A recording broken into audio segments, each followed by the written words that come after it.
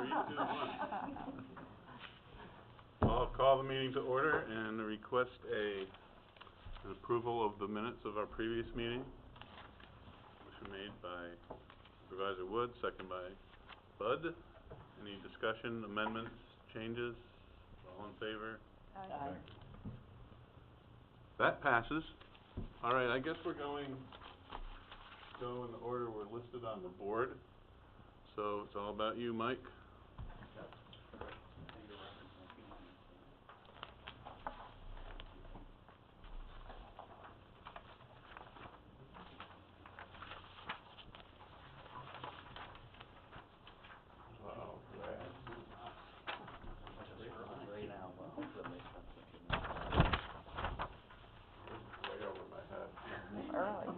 It actually will be. Yeah, that's for the cameras, for the conference room. Well, that camera's over your head. Can we start with new or pending? You do what you want to do. Under new, requesting a resolution to enter into a contract with Rivera's Corporation. It's a company we've done network consulting with for several years. We need a purchase order in place to meet the purchasing requirements, so that's the resolution I'm requesting today. You wanna? I'll Okay. make a motion. Motion by Evelyn. And seconded by Edna. Any discussion? All in favor? Aye. Motion carried. And your referrals? Then the pending thing I was asked last month to look at possibly doing the recordings in the boardroom. And so we put a camera on a pole and walked around, tried to come up with some different options. And so my diagram, all the colored lines on it, you could look at it and kind of ignore the colored lines. The rectangles just represent where the tables are. And what we kind of found that is if we put a center line across where the longest tables are, and we could put a camera on either side of the room, it would pick up the opposite table. So then I would put the color lines on to show where a camera goes and what it would pick up. And then putting 2 cameras in the center would pick up the farthest points. So we could actually put 4 cameras in there and have when it's recorded, you'd actually have all 4 screens on there at once. You'd see the entire meeting at once. So it would be an identical setup to here where it's just a push of a button, nobody's got to move a camera or anything. We would have to buy a DVR, which is $250, the camera's for $160, and some miscellaneous parts. So just under $500 would be enough to do it.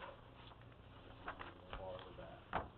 So the view, when you're watching it on YouTube, you're going to have 4 screens on there? It would be, you would see a single screen, but that screen would be Right. broken up into 4 screens. You would see the entire thing all at once. And it left it to be like just a passive system, just a push of a button. Nobody's got to move cameras and pan and tilt and all those things. Well, I've seen some sites with live cameras where you can control it from your PC or whatever device you're using. Yeah, there's those types of cameras. We were trying to make something where we didn't have to have an additional person in charge of, moving around to catch up. Make it a simple process. So, Rachel? With the cameras, can you talk a little bit about the audio? I know one of the complaints we've heard from people with YouTube in this room until you've updated the microphones was that it was very difficult to hear when people would talk. Do you foresee that being a problem? It's going to be the same thing as in here. If people aren't speaking to the microphone, it's not going to pick it up.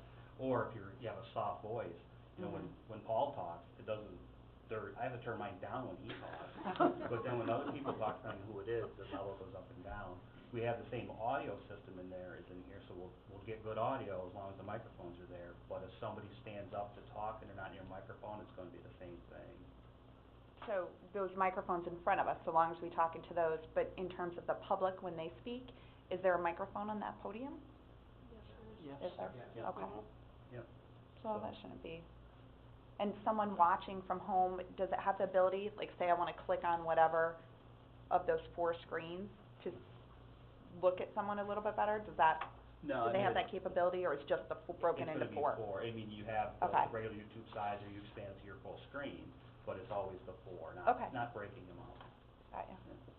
I almost think, Mike, that depending on the device that you watch it on, I get different levels of volume. Yeah. Yeah, and for people using it at home, when you have audio, there's some people don't even realize they have 2 different volume controls on their computer.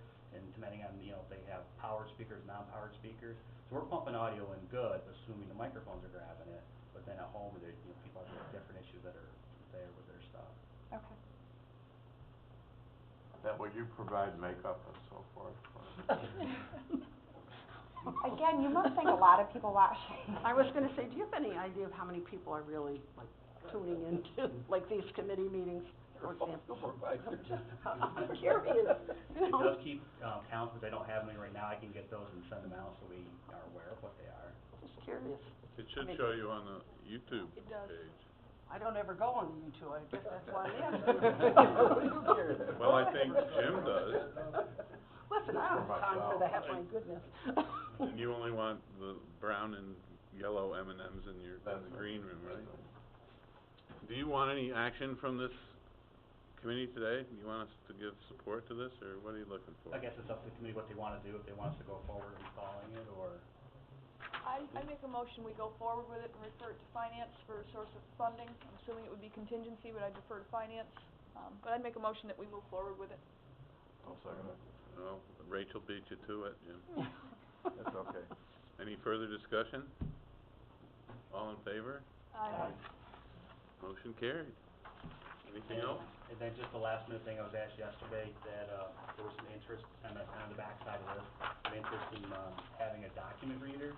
It's a device where if somebody's, like me, I was having all these arrows and wanted to point it out, I could go up and stick it on this device, and my piece of paper or whatever I stick there would show up on the screen or the TV, and you would see whatever I see there. So I looked one up, and the cost of this device is $570, you know, if that's something that we're interested in doing or not. This is sort of a glorified overhead projector. Yeah, from the days of the overhead projector with transparencies, now it's just got a camera, so if you stick a book or a paper or something, then it can be shared up on the screen. Yeah, I was the one that suggested something like this, but I was able to buy a little camera for about $150, an HD camera. So most of this is just the other part, or is it wireless too or something? No, because this is, we have all HDMI connections over here. This has our HDMI in and out, so that takes care of all the switching as opposed to buying another switch. Cause I looked at like buying pieces and parts to make one, by the time we bought all the parts, and this one has, you know, it can be angled and focus and all those things there, but it's the switching and cabling that's all kind of built into one spot. See, in schools and classrooms, we have distance learning, and a teacher can put the document up and then it shows overhead and you can show, because yesterday when we were, I forgot what the issue was, but, I think, Evelyn, you pointed something out and on one of the pieces of paper, and Jeff goes, oh yeah, and I couldn't, Oh, wasn't able to. John was looking for, Oh, right. where's some, where's And some I was. thought it would be if Jeff or somebody could point to it so everybody can follow along, that would be, make it easier for those of us that are challenged. And what I found was just based on, you know, a quick look yesterday, if, you know, best I could find since yesterday, if we're looking for maybe wireless or if there's other alternatives, I can, you know, take more time to look up other options. But I guess this gives us a starting point of what it looks like and what the price range might be. Is this something that would be portable to the main boardroom as well? No, right now, I say yes and no. It is if we have enough to grab the cabling, so I guess today it would be. If we think ahead of time, we have all the cabling in place. I think, you know, like with the courtroom thing, I think, I don't know if that is applicable or not, because they were able to point using the thing, but I still think in terms of the quality of discussion, that you need to have something like this, you know, if 500 is, is there things like this online that you can buy used, or? Yep, and then there's, you know, definitely, you know, eBay exists, and there was a lot of used ones there. Oh, okay. Maybe we'll give it another month and let Mike Yeah. go and have a look and see what he can find and come back to us. Yep. Get some more options between wireless and used and new and. Would you need to do it quickly though, if that comes up? I mean, say you see one, would you need to purchase it then, or is it gonna be gone by the time you come back? Most likely, it could be gone. I mean, if there was a price point everybody was comfortable with, that I did find it, we should, approve that. I guess I'm just a little confused. Are we duplicating what, technology that we already have when we put the screens up? And, I've certainly seen enough presentations in here where we're using our laser pointer and saying, okay, what about that area, or? Well, those are usually PowerPoint type presentations you're talking about. This is in addition Okay. to what we already have. Like, that's the situation where somebody comes in, and I said, oh, I'm looking at this, maybe someone doesn't understand it, then You walk just around throw it the point, under. I could go up here and say, I'm looking at my Right. fingers here, my camera's Right. pointing this way. But is it gonna be like, I don't mean to sound rude when I say this, so I mean it just towards me. Mhm. Will it be idiot-proof? Like, would I be able to turn it on and use it? It's very easy to use. Okay. Yeah. Like turn on the lamp There's on. one in the sheriff's office training room, it's been there for years, and just little charts say, push this button, turn it on, and So once you any of see us it, could go yeah. on and throw it. Yeah. I'm really not very good with IT things, so that's why I'm asking. But Rachel, instead of having a digital document, you just take, whatever someone brings in, you just put there, and Yeah, that's great. so. Sure. Yes, Supervisor Brock. Are you requesting action on this too, or you just I guess- general approval of this committee? Yeah, requesting direction of how we wanna proceed, whether, it sounds like we wanna look at some different options, but if I find a good deal, to go ahead and get it, so what would be a good deal? $570 brand new for something like this, and I would think half or less would be considered a good deal. Don't fall for the buy it now button if it looks too good to be true. Yeah, I would I'd think. say go half price. Get a sale. Yeah. it's Flip a good coupon. to- I think use your judgment, Yeah. and if you're good at saving costs anyway, so. If you see something, to me anyway, if you find something that you think is worth it, I would say, but I don't have do we need to give them authority or something? How do we? Yeah, Mike could not act to buy this unless, this committee made a resolution for a certain amount, and then it would have to be approved by the board. So we couldn't purchase it anyway then? Not right immediately, no, you'd have to go through the process, and, presumably you'd need some money out of finance, I guess, too, because Mike wouldn't have money for this in your budget, would you, or would you? I mean, $250, I'm sure we can squeeze it out somewhere. Okay. I mean, Jim, you could always bid on it on eBay, so Yeah, okay. Always donated. there you go, put the coupon on I could there. just see Mike and Jim sitting in different rooms and Bidding County each and- other. That one's for sale. Yeah. bidding each other out Go of for it. business. Do you have one at home, Jim? I'll make a resolution that, Mike be allowed to purchase if it doesn't exceed $250. $250. Do you have a second? Any further discussion on this? All in favor? Aye. Motion carried. Time to go shopping. Almost. Gonna bid against somebody called Jay Rock. Huh? He's gonna bid against somebody called Yeah. Jay Rock. Okay, on to purchasing. I only have 3 items for today. The first is authorization to attend our annual convention. Usually Jason and I both go, but we didn't see enough new material that we thought spending, $250 apiece would, be as good of a value this year. So I'm just requesting authorization for myself to go. It's in Albany this year, and I'll be taking a personal vehicle, because it doesn't, end until usually around 6 o'clock at night. I'll make a motion. Motion by Supervisor Wood, second by Jim. Discussion? All in favor? Aye. Motion carried. The second item is a request to, become a member of the National Joint Powers Alliance. This is a national cooperative that's gonna give us a lot of opportunity to purchase things that are, bid on a national level. So the volume is much greater, the prices should be better. I don't have access to the pricing until we become members, but we do have some departments that are interested in using this as soon as possible. One example is mowers for the airport. We also know that tires are no longer on state contract, but there's a Goodyear contract, that we could avail ourselves of. I did include the application form, which is pretty simple. The 12-step process that Minnesota goes through, or whoever they've designated to do the bid. And thing I didn't hand out, but there's a list of the types of contracts that are available to us. And it ranges from Parks and Rec equipment to highway equipment, food service equipment. There's a huge, I think I attached it to everybody's agenda at the end. Does anybody have any questions?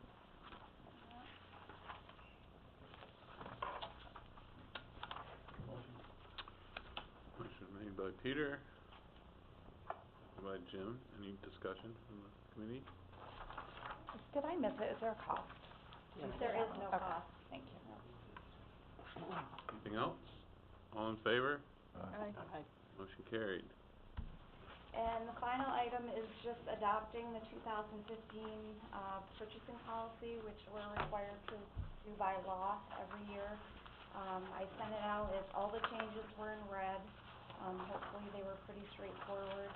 It has been reviewed by Paul Dusick and Martin. They questioned me on a few things, and I hope I answered their questions appropriately. And we pretty much made it, made those changes that they requested. And that's it. Is the purchasing policy online? It is. It's on the purchasing website.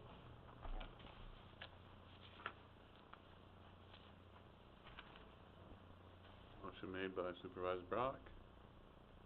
Can I get a second? Second by Peter. Discussion, thoughts? All in favor? Aye. Well, that's done. Mr. Chairman, can I just ask, Julie, could we do the foreclosure mailings now, or is that something that you want to do at another meeting? You can do that now. I have your recommendation. So. Okay. Is it okay if we, it's not exactly on the item, but there is what we did this year is we went out to bid for mailing assistance with the foreclosures. As you know, there's a tremendous amount of work that has to be done, tremendous amount of postage, et cetera. We returned to the idea this year of having that done by an outside source. Julie, together with our office, put together some specifications. We went out to bid. We got one bid. It was from Mailings Made Easy, Inc. We've reviewed that bid and reviewed it with Julie. More specifically, Shelley's reviewed it with Julie. I've reviewed it with Shelley. And we like what we see. We think this will be in the range of between, annually it comes in between 15 and 18,000 is usually what we're incurring in these costs. But remember, we get this back through the foreclosure process. Typically, we get it back. And certainly for the last couple of years, we've gotten it back. So they were the sole bidder, and we'd like to get this going. We don't have any immediate mailings that are necessary, but certainly as we get closer to spring, we come upon a rather large mailing that has to go out. So we'd like to have the contract in place. What's your pleasure? Make a motion. Motion by Evelyn, second by Edna to accept Mailing Made Easy bid. Any discussion? All in favor? Aye. Thank you. Hey,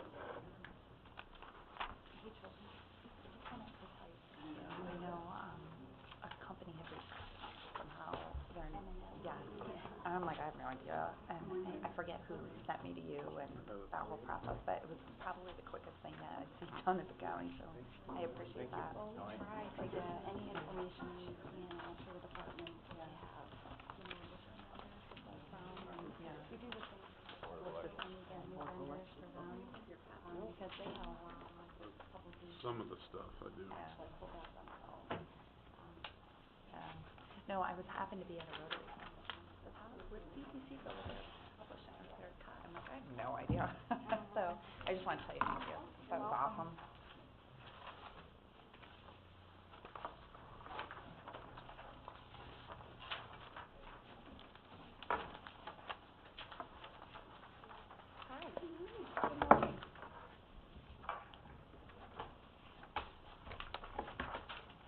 Proceed. Good morning, thank you. I'm sure you all know our new Democratic Commissioner, Beth McLaughlin. Thank you. What we want to do is be sure and share with you the maps that we've been working on since January for the redistricting within the County of Warren and the towns. The maps that you have are only for changes that are being made.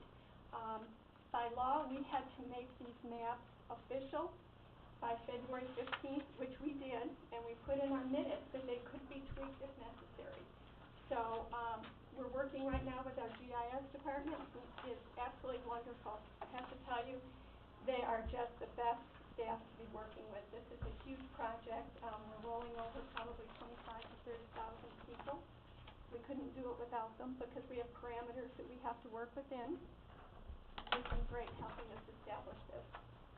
We've also worked with NTS, which is our software vendor for our voter registration program. They've been very helpful as well. We have had to, reach out to them a couple of times. So we just wanted to make sure that you were aware of what's happening because they will be official come April 1st.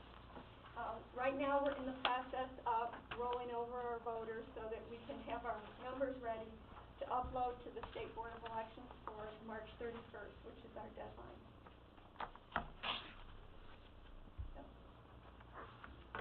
All right, Beth, this isn't gonna change any of the polling places, is it? No, our polling places are staying the same. The only two locations that we're looking at possibly amending are Lafayette Firehouse, which is Ward 2, Districts 3 and 5. We are hoping to be able to bring them into the activity center with the rest of the ward. And then we have Ward 1, Districts 4 and 6, which is in the Human Services Building. And we're hoping to be able to move them to the Bay Ridge Firehouse along with the rest of the district, with the exception of North Queensbury. We did leave that alone because that's such a remote location that it really would have been an imposition on those voters to have been relocated. But other than that, everyone else is staying in their same polling location. That was a major consideration. So the day-to-day, you might say practicality of the average voter coming in, it should certainly, the polling location is transparent since nothing changes. From the perspective of them then coming through the door to identify and get recognized, that may be, I'm guessing, maybe more of an issue in terms of just maybe the paperwork, the process, the procedure, or not.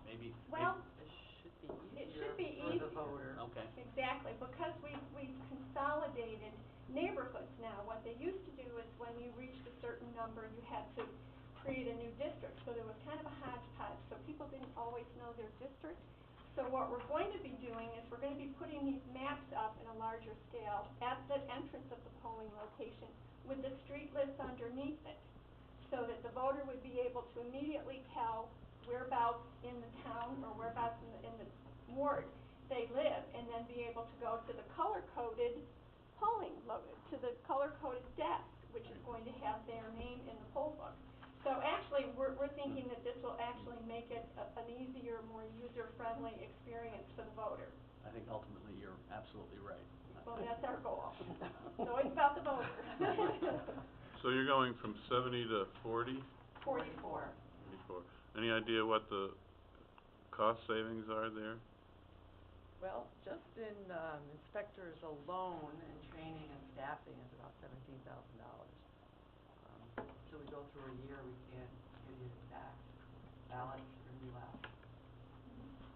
Okay. I just have two quick questions. One, will you still have the table when people walk in and they're directed? I think the charts are great, but I've found that we've gotten a lot of positive feedback from having a helper kind of there.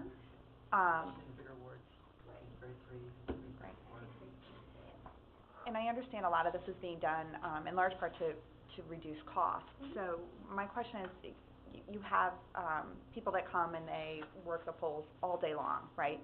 Is there any, are you looking at maybe doing a couple different shifts, or are you prohibited from that? And if so, have we utilized, whether it be interns from the colleges or high schools, to volunteer for any of that, or is that not possible, even for that helper position? Well, the only problem is New York mandates that every one of our election inspectors have a training class. Okay. So if any student, and we would love it, we've reached out to the high schools, we've reached out to the college, prior to right now.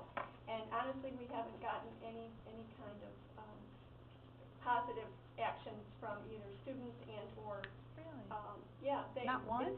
No, and I've gone to the school, probably every year since I've been here, so probably 15 or 16 years, and made that offer. It's just very hard because the schools don't want to have their students missing an entire day of class. They'd have to miss a day and a half because they do have to have that mandatory training.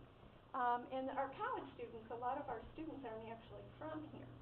So that's not something that they're interested in doing as far as the college piece goes. We would love it because, you know, the state encourages it, and we've always encouraged it. You know, we've reached out to the college, we've gone to classes there, we've gone to classes in our high schools, and it's hard because it's a 16-hour day and a full 2.5-hour training session before you can even walk in the door to be an inspector. And that 2.5-hour training session, is that something that a student would have to pay for themselves, or is that covered? Oh, we pay them to You come. pay it all? Yeah, we pay it's about $10 an hour, so we pay $25 for the class itself, and then we pay $160 for election day, which is a 16-hour day, and we pay $100 for primary day, which is a 10-hour day. And you're unable to split those shifts, is what you're saying? It's hard because you need the continuity of signing the opening tape and signing the closing tape. Okay. In an emergency, you can. Right now, we have to have 4 people at each of our tables. So, you know, the numbers that we're dealing with are sufficient. And then if all of a sudden you double that, you know, the problem is going to be if someone can't do it, we say to them, if you can find a buddy who's agreeable to come in and spell you, who's had a class, we'll certainly work with that. But for us to try to staff twice what we're trying to staff, now we're lucky if we have inspectors as it is, a full staff of inspectors for an election day. So what I'm hoping is that maybe Mr. Lehman would love to put his feelers out to the community, because we're seeing now students that are applying for college, we're actually seeing scholarship opportunities available, and college is really looking favorably upon students who have some type of experience in an election campaign, and not necessarily whether it be Republican, Democrat, Conservative, Independent. They're just asking, have you ever been involved in a political campaign? And that's something that students are filling out on their SAT and ACT checklist forms, and their guidance counselors are looking for. So I find I have a lot of students who want to get involved with our local political process. Perhaps this is a way that some of those students that necessarily don't want to be particularly affiliated with one candidate could be affiliated with the overall process of our election system, which would be great, and especially if it's needed, you know. It's absolutely needed. I mean, we're scrambling the day before an election to plug in holes, because unfortunately, you know, family emergencies come up, illnesses come up, and, you know, I know personally, as far as my list of inspectors, if I don't lose at least 25 for a general election, then I'm having a good year. Really? Yeah, I can lose that many. They call out until, you know, 5 o'clock in the morning of election day. Wow. And or else we'll find that there's a hole somewhere where someone didn't show up. So, and again, because the state mandates that whoever it is who is acting as an election inspector have a training class. I mean, we have to document if somebody does go in and serve who hasn't had it. So, you know, we can't make that a policy. That has to be really an exception to the rule. And can they take that class online, or does it have to be in person? No, it has to be first person. You tell a state to get up with a... Well, we do the training class. We do that, yeah. And we want them in there. Exactly. But you would do more if you had them. I mean, you know, we held classes, you know, 3 o'clock, 4 o'clock in the afternoon. We bring people in, and I mean, we do one-on-one if we have to get somebody trained so that they can go out on election day morning. You know, we're certainly more than happy if students, you know, if they have a certain time that works for them, we will work around it. We make no bones about it, because I have two voting systems in my office all the time. So, you know, anytime someone is available, we're more than happy to have them do it. And I laugh because we have reached out. We always do every September. We send a little notice to the Post-Star and any other media that will take it and look for people who might be interested in being inspectors. Word of mouth is the best Yeah. advertising. So, Sometimes the newspaper and radio is, Peter? I just have a quick question, just trying to understand maybe the methodology here. If you take Bud's Ward, for example, in Glens Falls, Ward 3, the Route 9 becomes a geographical barrier, but near the bottom of that diagram, it juts out to the left there. Now, is that due to the number of voters? Is that really? Correct. Okay. We have Try to equalize it. exactly, Yeah, we are allowed 1,150 voters per polling location or per district. And, you know, and I think what people forget is these rules were established when you had a lever machine that could only go to 999. So right now, 850, between 850 and 950, they would allow on a single voting machine. Anything over 950, up to as high as 1150, you had to bring in a second machine, and then anything over 1150, you had to create a new district. But we're dealing, and I mean, then it was one person would go in, and they were allowed 3 minutes in the booth. So, I mean, there was a lot that came into consideration. Right now, we have 3 people coming in, taking a ballot, going over to a booth, filling it out, and putting it in through the scanner at each of the districts. So we actually now have as many as 3 people voting at the same time. As far as filling out their ballot goes, of course, they put them into the scanner individually. So election law hasn't yet caught up with the reality of the new voting system. So we do, you know, we're trying to stay within the parameters that the state has given us. And you know, we've done that with the GIS department, you know, we've kept that criteria. So that's why you'll see little juts and things like that. But it, you know, it is a case where right now there is legislation to make an election district 3,000 voters large, which would be wonderful because that would give us all-encompassing as far as some of our towns go, which would be a single ballot, a single district, and they just need to create some language for committees. And that's another thing we want to share is we have shared this with the 3 committees that are in Lorraine County, which is the Democratic Committee, the Republican Committee, and the Conservative Committee. So they've all seen these, so, you know, they're aware that this is happening, and they're, you know, they're doing what they need to do to be able to accommodate fewer districts. So these are official maps already? You submitted them last month? Correct. Well, we'll go in and we'll actually, right now they say proposed, but technically, by law, we had to have a meeting within our board, which is the 2 commissioners, and approve the maps, knowing that if they had to be, they could be tweaked, minor tweaks. Because we did have that February 15th drop dead date that's in election law. And it used to be, again, the law hasn't caught up with the current situation. It used to be the towns would do the redistricting and they would discover, you know, they would decide which neighborhoods went into which district. And then when HAVA came in, that was turned over to the boards, but they never changed the deadline. It used to be the towns had to do it not later than February 15th and then turn it over to the Board of Elections, which would then give us time to review it and decide whether it worked or not. So, you know, that date is still in stone. So that was what we had to go with. So you don't need any action from this committee? No, we just wanted to make sure that you were well aware of what was going on, and we sent them out, you know, early enough that I hope everybody had a chance to review them before we actually had our February 15th timeframe. Kevin? Reduction in districts, reduction in cost to the community, to the town? Yes. So that's our goal. And then the other piece that we had on the agenda was approval to go to our 100th anniversary State Board Summer Conference. And unfortunately, we didn't make copies of that because we only just got it, but the chairman has it.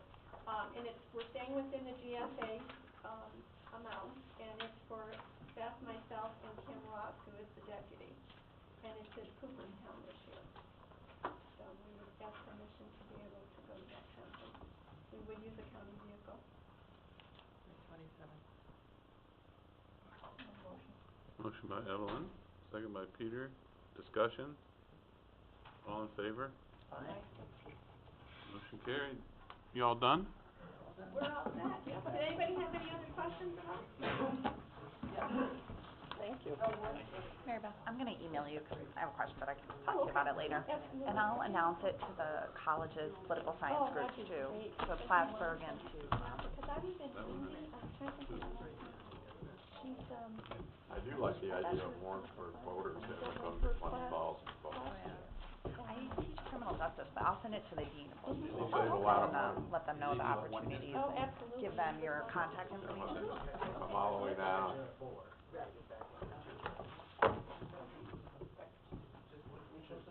no, it's county law. Give a report. Yeah, Mary Bell, as long as John's out of the room. Or Ian's stuff there a little bit. Can I bang this? We're on the board, but we have paperwork. That's loud.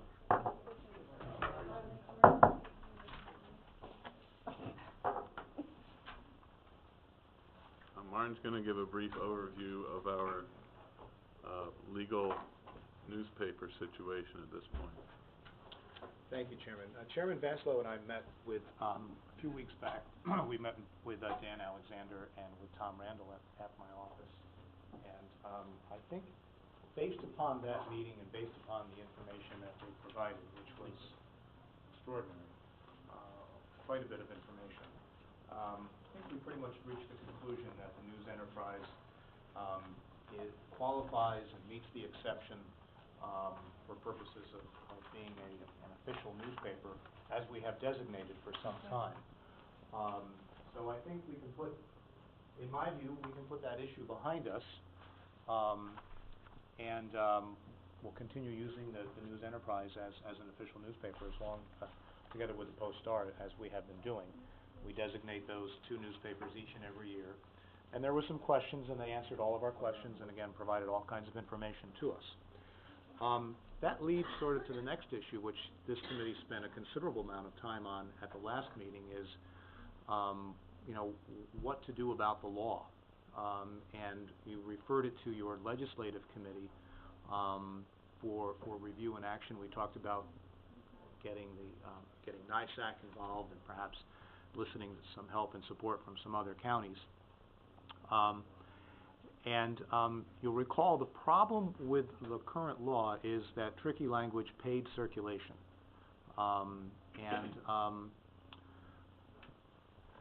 After the meeting, I actually got a call from Assemblyman Steck, who said that he has a bill that he has sponsored, that's in Assembly, and I ran it off the internet, and you all have copies of that.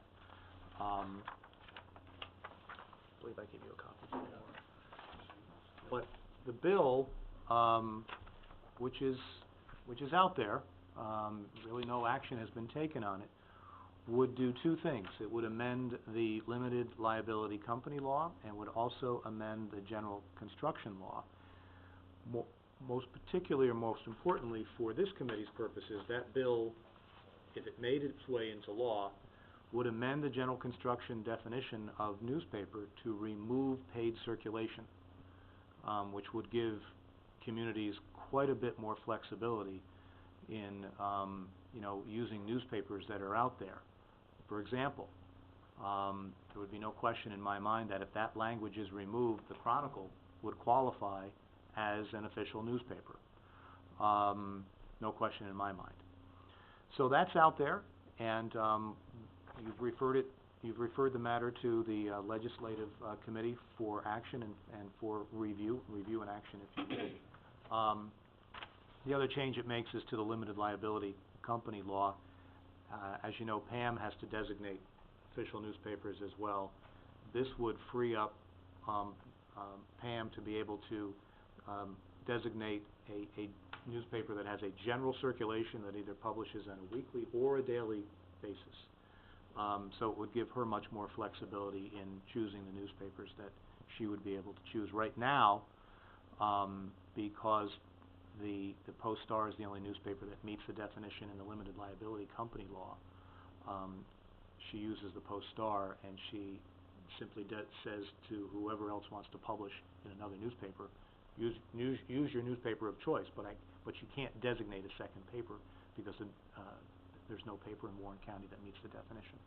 Under this revised definition as proposed in this bill, a number of newspapers in Warren County would meet the definitions for purposes of the limited liability company law. So we wanted to give you that update, and I don't think there's any further action that the committee needs to take at this point in time. Again, it's with legislative, and we'll see where it goes. Peter? Is there a sponsor needed in the Senate? There is. According to Assemblyman Steck, there is a sponsor that's needed in the Senate. Has he reached out to Betty, do you know? I do not know that. Can you, write the Chronicle or Mark Frost and explain that to him? Just what you said. I don't know. Well, Just email and send them a link to the YouTube Yeah, something to. video. okay. I would do it, except I don't wanna damage your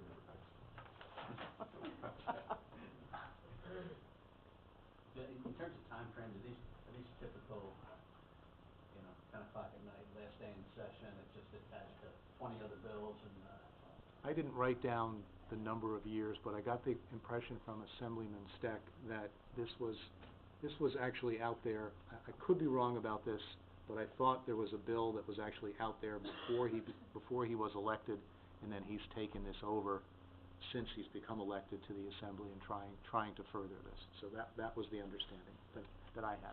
I could be wrong about that. And how it would be adopted, how it could be adopted, I don't know. All right, thank you, Martin. You Ellen, bet. you ready? I think Amy. I saw Amy there, but I didn't see you on my list. I believe you have my items in the agenda, right, Yes. Joan? I didn't bring copies. Keeping with the theme of today, I'm just asking for your approval to travel to the New York State Association of Self-Insured Counties Conference, May 6th through 8th in Syracuse. This is the organization, I've been past president and still an officer. The money is in the self-insurance fund, obviously, so I'm just looking for your approval to travel to that. Motion by Bud, second by Evelyn. Discussion? All in favor? Motion carried.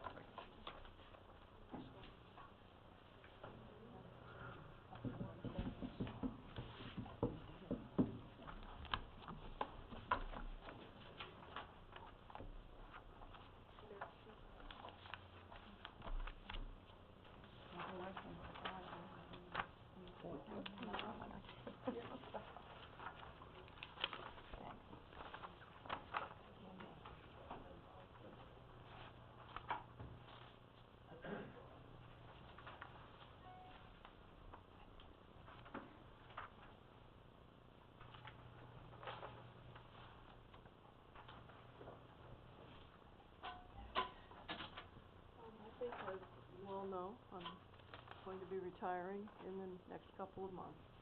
So the request that I have today is to begin the process of reorganizing our department, which I'm asking to create and fill a legislative office specialist position. I'd like to get someone in March to start training and taking meeting minutes and so forth.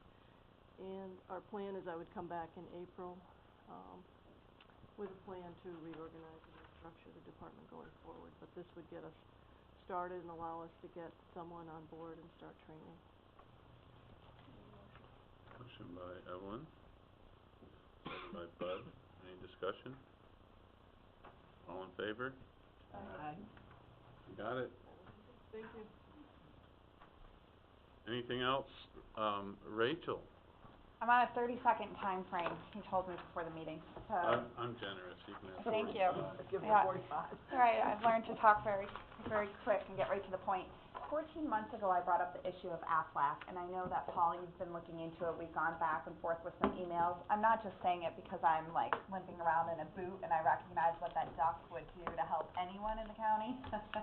But I am saying it because, again, 14 months ago, we brought up this issue. It was something that, I think Amy left, but Amy said years ago we looked at this as a county. Since that time, I've come to find out that it actually could benefit our county a little bit financially, but more importantly, it would benefit our employees that would have the option of looking at a program like this. And I just wondered, you know, can we get a hardcore, like, I know it's not at the top of priorities with the county, but if we could kind of look at this in the next few months and see if we could come to some type of a resolution, just to give us some more information about it and see if it's possible, I think that's my 30 seconds.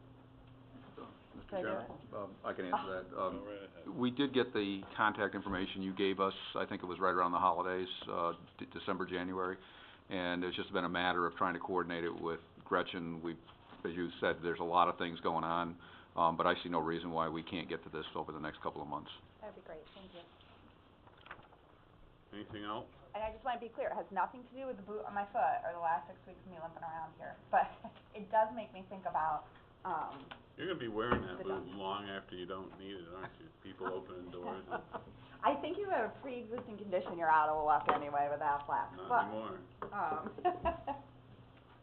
Tom?